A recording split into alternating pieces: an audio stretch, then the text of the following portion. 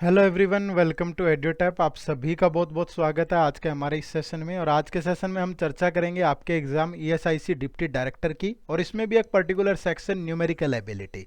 तो इसमें हम कुछ इंपॉर्टेंट क्वेश्चन डिस्कस करेंगे, मल्टीपल चॉइस जो क्वेश्चन होते हैं आपके, ठीक है। और इसी आधार पे आपसे एग्जाम में भी क्वेश्चन पूछे जाते हैं, और इनका ये पार्ट 8 होगा। इससे पहले के पार्ट भी हमने डिस्कस किए हैं, तो पार्ट 7 का लिंक इसी वीडियो के डिस्क्रिप्शन में है। बाकी दूसरे पार्ट भी आप देख सकते हैं। और इन एमसीक्यूज के थ्रू हम कंसेप्ट रिवाइज करने की कोशिश करते हैं, जो एग्जाम में आपके लिए बहुत महत्वपूर्ण साबित होंगे। सेशन में आगे बढ़ने से पहले आप सभी को बताना चाहूँगा, अगर आप हमारे चैनल पर नए हैं तो आप हमारा यूट्यूब चैनल सब्सक्राइब कर लें। फ्री कंटेंट और नोटिफिकेशंस के लिए टेलीग्राम चैनल से जुड़ें, जिसका लिंक इसी वीडियो के डिस्क्रिप्शन में है। तो चलिए फिर स्टार्ट करते हैं आज का हमारा पहला क्वेश्चन। और क्वेश्चन नंबर 1 में क्या बोला गया है, the sum of the values of two different numbers is 117 and the difference between them is 39, find the value of the greatest number. तो बहुत ही इजी क्वेश्चन से हमने स्टार्ट किया है, ठीक है। बट ये किसी एग्जाम में पूछा हुआ क्वेश्चन था, इसलिए हमने इसको ले लिया कि the sum of values of two different number is 117। अगर मैं बोलूं कि दो जो नंबर हैं वो x और y हैं, तो x और y का जो सम है that is 117 and the difference between them is 39। तो दोनों का जो डिफरेंस है वो 39 है। तो हमसे पूछा गया है कि find the value of the greatest number, ठीक है। तो दोनों का सम कर देंगे हम। अगर मैं सम कर दूं तो दैट इज 2x, और इधर 9 और 46 56 156, तो जो x की वैल्यू आएगी दैट इज 78। और अगर आप y की वैल्यू निकालोगे तो 78 minus Y that is equal to 39 है भाई।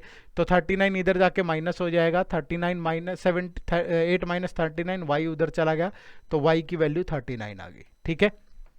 तो हमारे पास जो ग्रेटेस्ट नंबर होगा वो 78 होगा। बहुत ही इजी क्वेश्चन था, बट आगे वाले क्वेश्चन बहुत डिफरेंट है, अच्छे क्वेश्चन है। तो ये थोड़ा सा एक इजी क्वेश्चन से हमने स्टार्ट करना चाहा। किसी एग्जाम में पूछा गया था, मुझे लगा कि चलो कभी कभी एक फुल टॉस गेंद भी आ जाती है किसी ओवर के हिस्से में, ठीक है। चलिए भाई, देखो next question, quantity of jar A and B is in the ratio of 2:3, ठीक है। दो जार हैं हमारे पास, एक जार ए है एक जार बी है, और जो दोनों की क्वांटिटी है वो 2:3 के अंदर है। The jar A contains the mixture of lemon juice and water in the ratio of 5:3। Lemon juice और जो वाटर है उसका रेशियो जार ए के अंदर 5:3 है। और jar B contains the mixture of lemon juice and water in the ratio 3:2। तो lemon juice और वाटर का रेशियो जार बी के अंदर 3:2 है। If the mixture of jar A and B is mix together then find the ratio of lemon juice and water in the resultant mixture. अगर jar A और B को mix कर दिया जाए तो नए कंटेनर के अंदर लेमन जूस और वाटर का रेशियो क्या होगा। तो माय डियर फ्रेंड्स, एक बात हमेशा ध्यान रखना, जब भी आपको मिक्स करना हो किन्हीं दो को, देखो यहां पे बोला गया है कि मिक्स करना है, तो मिक्स करने के लिए आपको क्या करना है, लेमन जूस और वाटर है, कंटेनर ए के अंदर 5:3 में है, कंटेनर बी के अंदर 3:2 में है। सबसे पहले इनकी क्वांटिटी इक्वल करो। ये 5 + 3 8 होगा, ये 3 + 2 5 होगा। अगर मैं इसको 5 से मल्टीप्लाई कर दूं पूरे रेशियो को, इसको 8 से कर दूं, तो ये इक्वल हो जाएगा, ठीक है। जब भी मिक्स करना हो, चाहे रेशियो में करना हो, चाहे नॉर्मली 3 4 5 कितने भी कंटेनर मिक्स करने हो, हमेशा ध्यान रखो उनकी क्वांटिटी को इक्वल कर लेना है। और इक्वल करने के पीछे लॉजिक क्या है, रेशियो को सेम नंबर से मल्टीप्लाई करोगे कोई फर्क नहीं पड़ेगा, ये तब भी सेम सेम ही रहेगा, समझ रहे हो। अब वो कह रहा है कि दोनों क्वांटिटी किस रेशियो में थी, 2:3 में, तो इसको 2 से मल्टीप्लाई कर दो, इसको 3 से, जिस रेशियो में हो उससे भी मल्टीप्लाई कर दो। तो अब देखो लेमन जूस और आपका वाटर, फर्स्ट को मल्टीप्लाई करेंगे 5 × 2 10 से, तो 10 × 5 50, 10 × 3 30, इसको करेंगे 8 × 24 24 × 72 और 24 दूनी 48, और उसके बाद मिक्स करना है तो ऐड कर दो, तो ये 122 हो गया, ये 78, 2 से सिंप्लीफाई हो रहा है 61:39, तो ये होगा आपके पास। तो option C is the right answer. चाहे 5 भी है, उसने कहा कि एक में 2:3 है, एक में 3:4, एक में 4:5, एक में 6, सबको पहले इक्वल इक्वल करो और ऐड कर दो, बस और कुछ नहीं करना। जब भी क्या आए मिक्स टूगेदर, सबको मिक्स कर रहा है वो। क्लियर है, बात समझ में आई। तो उम्मीद करूंगा कि ये क्वेश्चन आपको समझ में आ गया और ये कंसेप्ट भी क्लियर हो गया होगा। क्लियर है जी, चलिए नेक्स्ट क्वेश्चन देखो भाई। नेक्स्ट क्वेश्चन, अब क्वांटिटी 1 और क्वांटिटी 2 दो हमारे पास है, और इन दोनों के कंपैरिजन करके दिए गए ऑप्शंस के आधार पे हमें आंसर करना है। देखो क्वांटिटी 1 के अंदर वो सबसे पहले क्या बोल रहा है, if the radius of the cone is 21 centimetre and the radius of the cone is 40% more than that of its height, ठीक है। कि जो कोन की रेडियस है, the radius of the cone is 21 centimetre and the radius of the cone is 40 centimetre more than that of its height, then find the volume of the cone. तो सबसे पहले तो ये समझो, किसी कोन की जो वॉल्यूम होती है, volume that is equal to 1/3 pi R square H, ठीक है, यही होती है भाई। अब यहां पे उसने बोला है कि जो कोन की रेडियस है वो इसकी हाइट से 40 सेंटीमीटर मोर है, दैट मीन्स हाइट अगर 100 है तो रेडियस 140 होगी, ठीक है। तो 140 और 100 द रेशियो बनाऊं तो 20 से गया 7:5, और रेडियस कितनी है 21, तो 7 की वैल्यू 21 किससे मल्टीप्लाई करें 3 से, सेम इधर कर दो, तो दैट मीन्स इसकी हाइट कितनी होगी 15। ये वैल्यू यहां पुट कर देंगे, 1/3 पाई कितना होता है 22/7, रेडियस कितनी है भाई 21 इंटू 21, और हाइट कितनी है आपकी 15 है, ठीक है। Radius of the cone is 21 और radius of the cone is 40% more than that of its height, ये बोला था। अब इसको सिंप्लीफाई करो, 7 3 जा 21 कट गया भाई, तो 22 गुना 15 और गुना 21, 22 इंटू 21 इंटू 15, पहले 2 की कर लो, 21 दूनी 42, 4 21 दूनी 42 और 4 46 और 15 से कर दो, 15 दूनी 30, 3 15 छिके 90, 93 9 15 चौके 60 और 9, तो ये 6930 सेंटीमीटर क्यूब आ गई हमारे पास। किसकी वॉल्यूम, कोन की। फॉर्मूले आपको पता होने चाहिए यहां से। अब क्वांटिटी 2 के अंदर क्या बोल रहा है, circumference of the circle is 44, ठीक है। किसी भी सर्कल की जो सर्कमफ्रेंस होती है, सर्कमफ्रेंस दैट इज होती है 2 पाई आर, मतलब ये सर्कल है तो ये सर्कमफ्रेंस है इसकी पूरी जो परिधि होती है, तो 2 पाई आर हमारे पास कितना दिया हुआ है 44, तो यहां से आर निकालो, 44/2 पाई का मतलब 22/7, तो 22 नीचे 7 ऊपर, तो दैट मीन्स रेडियस आ गई 7 सेंटीमीटर। आगे कह रहा है the breadth of the rectangle is 10 time the radius of the circle. कोई रेक्टेंगल है और उसकी जो ब्रेथ है, ट्रायंगल की जो ब्रेथ है वो 10 टाइम्स है रेडियस का, तो रेडियस तो 7 आई, 10 टाइम्स करेंगे तो 70 सेंटीमीटर हो गया। If the ratio of the length to breadth of the rectangle is 6:5, length और ब्रेथ का रेशियो है 6:5, और ब्रेथ कितनी है 70, तो 5 की वैल्यू 70, 14 से मल्टीप्लाई, सेम 14 से इधर करो, तो 14 6 का कितना हो गया 84। Then find the area of the rectangle. आप सभी जानते हैं कि रेक्टेंगल का एरिया होता है लेंथ इनटू ब्रेथ, तो लेंथ कितनी है जी 70 और 84 है दोनों, तो 0 7 चौके 28, 2 7 56 और 2 58, तो ये 5880 सेंटीमीटर स्क्वायर हो गया, और ये कितना था 6930, और ये कितना है 588, तो क्वांटिटी 1 ज्यादा है, तो that means option A is the right answer. थोड़ा मैंने जल्दी जल्दी बताया, बट फॉर्मूले ही थे, समझाने का कुछ नहीं था, सिर्फ फॉर्मूले आपको पता है तो आप इस क्वेश्चन को सोल्व कर सकते थे, अदरवाइज नहीं। तो 2 डायमेंशनल 3 डायमेंशनल इनके फॉर्मूले आपको जरूर पता होने चाहिए, ठीक है जी। चलिए next question, find out the wrong number in the following number series. आपको बताना है कि इस सीरीज के अंदर रॉन्ग नंबर क्या होगा। देखो 721 है भाई, और फिर आपका 122 है, फिर 27 है, 10 है, 7 है, 5 है, आपको बताना है रॉन्ग नंबर। मैं आपको पहले भी कई दफा समझा चुका हूं ये सब चीजें, जब हम क्वेश्चन करते हैं कि सीरीज का क्वेश्चन बिना प्रैक्टिस के नहीं हो पाएगा। अगर आप लॉजिक नहीं जानते, अगर आपको स्क्वायर क्यूब, आपको मल्टीप्लिकेशन डिवाइड, ये सब चीजें प्रैक्टिस में नहीं है तो आप सोल्व नहीं कर पाओगे, ठीक है। जैसे यहाँ पे बहुत ही जबरदस्त लॉजिक यूज हो रहा है, वो लॉजिक क्या होगा, ठीक है, थोड़ा समझने की कोशिश करिए। जैसे मैं अगर इसको इंटू 1 करूं +2, इसको इंटू 1 करूं +3, बट यहाँ पे ये लॉजिक नहीं लग रहा, तो यहाँ पे जो लॉजिक यूज हो रहा है एक बहुत डिफरेंट लॉजिक है कि जो 721 होता है ये 6 फैक्टोरियल +1 होता है। फैक्टोरियल का मतलब होता है कि 6 की गुना, 6 के अगर 6 फैक्टोरियल है तो 6 से पहले जितनी संख्या आते हैं सभी के मल्टीप्लीकेशन और +1, तो जैसे 6 पंजे 30, 30 चौका 120, 360, 720, और ये कितना हो गया 721। ऐसे ये जो 121 है ये 5 फैक्टोरियल +2 है, 5 फैक्टोरियल यानी 5 इंटू 4 इंटू 3 इंटू 2 +2, 5 चौके 20 या 7 दूनी 120 +2 122। जैसे ये 27 है तो ये 4 फैक्टोरियल +3 है, 4 फैक्टोरियल का मतलब 4 इंटू 3 इंटू 2 +3, 4 तिया 12 दूनी 24 और 3 27। जैसे 10 है तो 10 3 फैक्टोरियल +4, 3 फैक्टोरियल होता है 3 गुना 2 6 +4, तो कितना हो गया 10। तो यहाँ पे 2 फैक्टोरियल +5 होगा, यही तो एक लॉजिकल सीक्वेंस बन रही है ना, तो 2 फैक्टोरियल 2 ही होता है +5 हो गया। अब ये यहाँ पे बनेगा, देखो 6 5 4 3 2, तो यहाँ 1 फैक्टोरियल +6 होगा, तो 1 फैक्टोरियल 1 +6 यहाँ भी 7 होना चाहिए था, तो दैट मीन्स ये 5 रॉन्ग है यहाँ पे, ठीक है। तो ऑप्शन जो सी है वो आपके क्वेश्चन का राइट आंसर होगा। समझ रहे हैं सारे भाई? तो ध्यान रखो थोड़ा ना, लॉजिक कैसे पता चलेंगे, जितनी प्रैक्टिस करोगे। ठीक है, चलो next. Find out the wrong number in the following series. यहां से आपको रॉन्ग नंबर बताना है भाई फिर से। तो 480 है, फिर 120 है, फिर 240 है, फिर 60 है, फिर 180 है, फिर 30 है। देख, ठीक है, तो मुझे देखते ही पता चल रहा है कि ये डिवाइड बाय 4 है, या मल्टीप्लाई बाय 1/4 है। अगर मैं यहां से देखूं तो ये फिर इंटू 2 है भाई, समझ रहे हो, 120 का डबल है। अगर मैं इसको देखूं ये फिर 1/4 है। तो कहीं यही तो सीक्वेंस नहीं बन रही कि एक बार 1/4 से मल्टीप्लाई और एक बार 2 से। अगर मैं इसको 2 से मल्टीप्लाई करूं तो यहाँ 180 की बजाय 120 होना चाहिए था।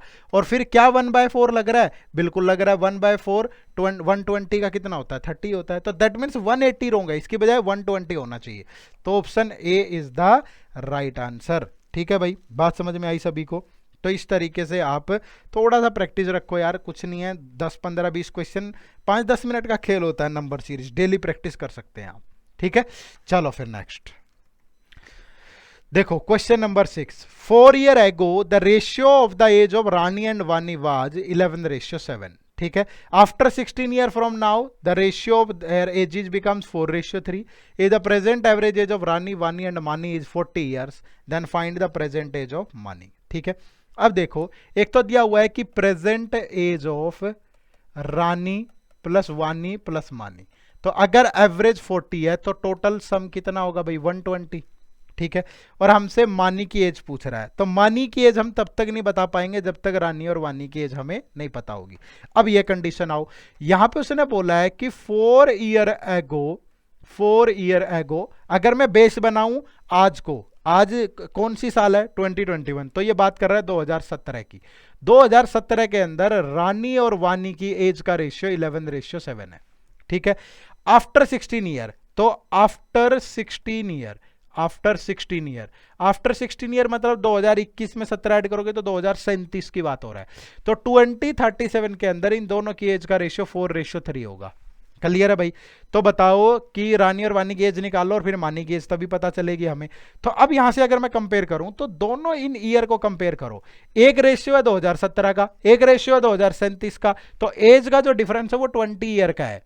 ठीक है, तो यहां पे ईयर का डिफरेंस 20 ईयर है, तो एज में भी 20 ईयर का, रेशियो में भी सेम होना चाहिए, बट यहां पे सेम नहीं है। तो 2-3 तरीके हैं इसको सोल्व करने के। तो या तो आप इन दोनों का पैरेलल डिफरेंस ले लो, 11 और 7 का कितना होगा? 4, 4 और 3 का कितना होगा? 1, क्रॉस मल्टीप्लाई कर लो। देखो, तो ऊपर तो बन गया 11:7, ये 4 4 जा 16 और 4 3 जा 12। रेशियो चेंज नहीं हुआ, सेम नंबर से मल्टीप्लाई करने से रेशियो कभी चेंज नहीं होता, बट जो गैप यहां सेम सेम आ रहा था ना, वो यहां भी सेम सेम आ गया। 11 से 16 जाओगे +5, 7 से 12 जाओगे +5, और ये 5 रिप्रेजेंट करेगा 20 को, तो 5 की वैल्यू 20, तो 1 की वैल्यू 4। तो 11 इंटू 4 कितना हो गया? 44। 7 इंटू 4 कितना हो गया? 28। तो 4 ईयर एगो इनकी एज 44 और 28 है। तो एट प्रेजेंट अगर बात करोगे तो रानी और वानी की एज 4 ईयर एगो रानी की 44 थी, तो प्रेजेंट में +4 कितना होगा? 48। वानी की 28 थी, तो +4 करोगे कितना होगा? 32। अब हमें पता चल गया रानी 48, वानी 32, तो मानी कितना? 120 - 48 - 32, तो ये 48 और 32 हो गया 80। 120 में से घटाओगे तो 40 साल एज है प्रेजेंट एज किसकी? मानी की। तो option B is the right answer. ठीक है भाई, और ये अगर लॉजिक किसी को नहीं पता चल रहा, आप ऐसे भी कर सकते थे। मान लीजिए 11x है, ये 7x है, तो 11x + 20, क्योंकि ईयर का डिफरेंस 20 है, और divide by 7x + 20, that is equal to 4/3। Cross multiply करके x की वैल्यू आ जाती, पुट करोगे तो फिर आप उस तरीके से भी इसको सोल्व कर सकते हो। क्लियर है सभी को भाई? चलिए नेक्स्ट क्वेश्चन देखो, the downstream speed of the boat is 25% more than the upstream speed of the same boat. ठीक है, आप जानते हैं कि बोट एंड स्ट्रीम के अंदर 2 टर्म्स यूज होती हैं, एक डाउनस्ट्रीम एक अपस्ट्रीम। डाउनस्ट्रीम का मतलब होता है अलोंग द स्ट्रीम। ठीक है, क्या होता है? Along the stream. और अपस्ट्रीम का मतलब होता है अगेंस्ट द स्ट्रीम। ठीक है, अगेंस्ट द स्ट्रीम।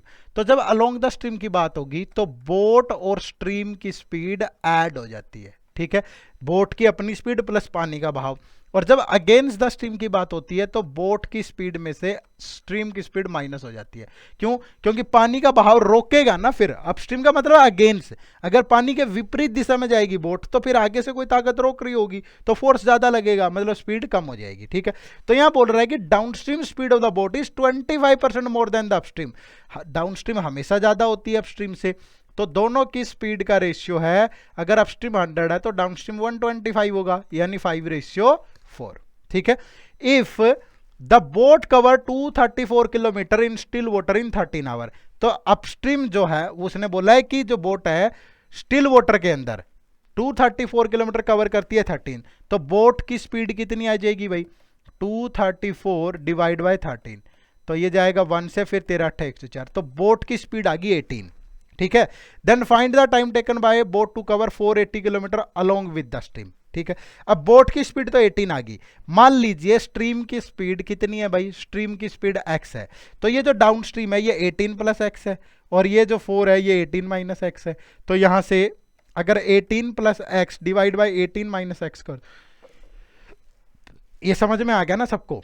हमने स्ट्रीम की स्पीड x ले ली, बोट की 18 है, तो डाउन स्ट्रीम क्या बनेगा? 18 प्लस x, अब स्ट्रीम क्या बनेगा? 18 minus x, that is equal to 5/4। Cross multiply करेंगे, 72 plus 4x is equal to 90 minus 5x, तो 9x इज इक्वल टू हो गया 18 भाई, इधर जाएगा तो x की वैल्यू आ गई 2, यहां पुट कर दो तो 18 प्लस 2, तो जो डाउन स्ट्रीम स्पीड होगी वो 20 किलोमीटर पर आवर होगी। और हमसे पूछ रहा है कि 480 kilometre along the stream, along the stream का मतलब है डाउन स्ट्रीम। ठीक है, तो 480 किलोमीटर 20 की स्पीड से अगर कवर करेगा तो कितना टाइम लेगा? 24 आवर। ठीक है, तो that means option C is the right answer. ठीक है, थोड़ा जल्दी जल्दी से बता रहा हूं, अगर नहीं समझ में आया आप वीडियो को फिर से देख सकते हैं, पॉज करके देख सकते हैं बड़े आराम से, बट कंसेप्ट क्लियर होना जरूरी है भाई। अगर आपको कंसेप्ट नहीं पता होगा फिर ये प्रैक्टिस करने का कोई फायदा नहीं है, तो थोड़ा सा ध्यान रखो उन चीजों में। ठीक है, चलिए नेक्स्ट देखो, question number 8, the length of train A is 12.5% more than the length of train B. तो ये ए है, ये बी है, दोनों ट्रेनों की लेंथ की चर्चा हो रही है। ठीक है, 12.5% का मतलब होता है, अगर इसको मैं 100 से डिवाइड कर दूं परसेंटेज हटाने के लिए, तो 1/8, यानी कि अगर लेंथ ऑफ ट्रेन बी 8 है तो लेंथ ऑफ ट्रेन ए 9 होगी, यानी 1 ज्यादा होगी। ठीक है, अब वो कह रहा है कि train A crosses a man in 15 second, जो ट्रेन ए है वो किसी आदमी को क्रॉस करने में टाइम ले रही है 15 सेकेंड का, and train B crosses a man in 12 second, और ये क्रॉस करती है 12 सेकेंड के अंदर, समझ रहे हो? तो while train B also crosses a 240 metre long tunnel in 30 second, then find the speed of train A. देखो यहां पे भी ट्रेन का बेसिक कंसेप्ट, देखो ये क्वेश्चन आसान है देखने में, लेकिन आसान तब है जब आपको ट्रेन की पूरी नॉलेज होगी, मतलब ट्रेन में कैसे चलती है, छुक छुक ऐसे नहीं, मतलब कि रिलेटिव स्पीड कैसे बनती है, डिस्टेंस कैसे लेते हैं, ये सारी चीजें मालूम होनी चाहिए।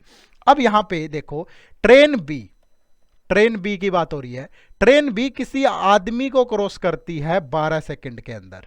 ठीक है, और ट्रेन बी किसी 240 मीटर लंबे प्लेटफॉर्म को क्रॉस करती है 30 सेकंड के अंदर। ठीक है, यहां से बात समझने की क्या है बच्चे, ये देखो कि जब भी कोई ट्रेन किसी आदमी को क्रॉस करती है तो अपनी ही लेंथ को क्रॉस करती है, ये बात आप जानते हैं। ट्रेन सुबह जी एक आदमी खड़ा है, ट्रेन ने इसको क्रॉस किया, तो ट्रेन जब यहां आएगी इंजन ट्रेन का तभी टाइम स्टार्ट होगा, और जबकि ट्रेन की लास्ट पोगी या नहीं आ जाती तब तक ये नहीं मानेंगे कि क्रॉस है, समझ रहे हो? तो जब भी ट्रेन किसी आदमी को क्रॉस करती है तो दैट मीन्स ट्रेन अपनी ही लेंथ को क्रॉस करती है, तो ट्रेन अपनी लेंथ को क्रॉस कर रही है 12 सेकंड में, और ट्रेन उसी सेम स्पीड से अपनी लेंथ और 240 मीटर को क्रॉस कर रही है 30 सेकंड में। तो मैं ये बोल सकता हूं कि जो ये 18 सेकंड फालतू लगे हैं ये ट्रेन बी के इस 240 मीटर को कवर करने में लगे हैं, तो दैट मीन्स ट्रेन बी की जो स्पीड होगी वो कितनी होगी? 240 मीटर जाती है 18 सेकंड के अंदर। ठीक है भाई, तो ट्रेन बी की स्पीड कितनी होगी? देखो यहां से तो 18 से जाएगा, 6 से गया 3 और 6 से गया 40, तो ट्रेन बी की स्पीड आ गई 40/3 मीटर पर सेकंड। और ट्रेन बी की जो लेंथ आ जाएगी, ट्रेन बी की लेंथ कैसे आएगी? लेंथ आएगी डिस्टेंस, लेंथ का मतलब क्या? Distance, speed into time. Train B की स्पीड कितनी है? 40/3, और ये किसी आदमी को क्रॉस करने में 12 सेकंड लेती है, तो इनटू 12 कर दो, 3 से गया 4, तो ट्रेन बी की जो लेंथ है वो 160 मीटर है भाई। ट्रेन बी की लेंथ है 160 मीटर, और यहाँ पे ट्रेन बी की लेंथ 8 है, तो 8 की वैल्यू 160 मीटर है, तो इंटू 20 मीटर कर दो। तो सेम यहाँ भी 20 मीटर कर दो, तो ट्रेन ए की लेंथ कितनी आ गई 180 मीटर। अब ट्रेन ए 180 मीटर जाती है, क्योंकि ट्रेन है जब किसी आदमी को क्रॉस कर रही है 15 सेकंड में, तो अपनी लेंथ को क्रॉस कर रही होगी ना, तो दैट मीन्स ट्रेन ए की स्पीड कितनी होगी, डिस्टेंस कितना 180 मीटर, और डिवाइड बाय कितने सेकंड 15, तो 15 से कट गया किससे 12 से, तो दैट मीन्स ट्रेन जो ए है वो उसकी जो स्पीड है वो 12 मीटर पर सेकंड आ जाएगी, स्पीड है तो 12 मीटर पर सेकंड, यानी option A is the right answer. कहने का मतलब ये है कि ट्रेन के बेसिक कंसेप्ट आपको पता हो, पिछली काफी वीडियोज में मैंने बताया है, रिलेटिव स्पीड का कंसेप्ट भी बताया है कि जब दो आर्टिकल सेम डायरेक्शन में, यहां जरूरत नहीं पड़ी तो मैंने इसलिए नहीं बताया, बट नॉर्मली डिस्टेंस का ध्यान रखो। ट्रेन जब किसी आदमी को क्रॉस करती है, जब किसी पोल को क्रॉस करती है, किसी पॉइंट को क्रॉस करती है, तो तब ट्रेन हमेशा अपनी लेंथ को क्रॉस करती है, और जब ट्रेन किसी ऐसे आर्टिकल को क्रॉस करती है जिसकी खुद की भी लेंथ हो, तो वहां दोनों की लेंथ ऐड हो जाती है, ठीक है ना। चलो फिर नेक्स्ट क्वेश्चन देखो भाई, question number 9, A and B together can complete the work in 33 days and A and C together can complete the work in 36 days। A और बी किसी काम को 33 डेज में कर सकते हैं, और ए और सी किसी काम को 36 डेज में कर सकते हैं भाई, ठीक है। If A started the work and after 4 days C joined him, तो ए ने 4 दिन काम किया होगा, फिर 4 दिन बाद सी आ गया भाई, ठीक है, C joined with A and after 2 more days, तो ए और सी ने सिर्फ 2 दिन काम किया, फिर कौन आ गया भाई, आफ्टर 2 more days बी आ गया, तो फिर बाकी का सारा काम ए बी और सी ने मिलकर किया, ठीक है। तो then how many days the whole work will be completed, तो हमें बताना है कि पूरा काम कितने दिन में खत्म होगा, ठीक है। काम तो हम निकाल लेंगे, इन दोनों की मल्टीपल वैल्यू ले लो तो वर्क आ जाएगा। ए और बी की एफिशिएंसी जैसे ले लेते हैं, 3 से कट गया 11 12, तो 11 दूनी 22, 132 दिया, कितना हो गया भाई 396, तो ये 33 से गया 1, और फिर ये 12 आ गया, ये 36 से जाएगा 11 आ गया, तो ए और बी की एफिशिएंसी आ गई 12 यूनिट पर डे, ए और सी की एफिशिएंसी आ गई 11 यूनिट पर डे। बट हम इस क्वेश्चन को तब तक सोल्व नहीं कर सकते जब तक ए की इंडिविजुअल एफिशिएंसी ना पता हो, बी और सी की इंडिविजुअल एफिशिएंसी ना पता हो, और यहां से हम कभी भी पता नहीं कर पाएंगे, एस्टिमेट नहीं लगाना। ए 1 ओके बी 11 हो सकता है, ठीक है, यहां भी ए 1 ओके तो सी 10 हो जाएगा, तो बहुत सारी पॉसिबिलिटी बन सकती है ए बी और सी की। जब ए बी और सी, वो कह रहा है कि ए और बी तो 12 करते हैं, ए और सी 11 करते हैं, ठीक है, तो ए अगर 1 करेगा तो बी कितना करेगा, ए और बी 12 तो 11, ठीक है, सी कितना करेगा 10, अगर ए 2 कर रहा है तो ये 10 हो सकता है, और ये 9 हो सकता है, तो कितनी भी पॉसिबिलिटी हो सकती है, समझ रहे हो। तो इस क्वेश्चन को सॉल्व नहीं किया जा सकता, तो आंसर क्या होगा, option E can not be determined. Clear है सभी को। चलिए नेक्स्ट, ये क्वेश्चन आप लोगों के लिए होमवर्क है, जिसका आंसर आपको कमेंट सेक्शन में जरूर देना है भाई, ठीक है। चलिए, तो थैंक यू वेरी मच। एक बहुत आसान क्वेश्चन से स्टार्ट किया था, ठीक है, और वो एक फुल टॉस थी, बट बाकी यॉर्कर डाली गई आज के सेशन के अंदर काफ़ी सारी, तो उम्मीद करूंगा ये सभी चीज़ें आपको समझ में आई होंगी, और अच्छे क्वेश्चन हमने डिस्कस किए हैं जो निश्चित रूप से एग्जाम में आपकी हेल्प करेंगे। तो आपकी कोई भी क्वेरी है, दिए गए नंबर पे सुबह 10 बजे से शाम के 7 बजे तक आप हमसे कॉन्टैक्ट कर सकते हैं, या 24/7 आप कभी भी hello@edutap.co.in पे हमें मेल कर सकते हैं।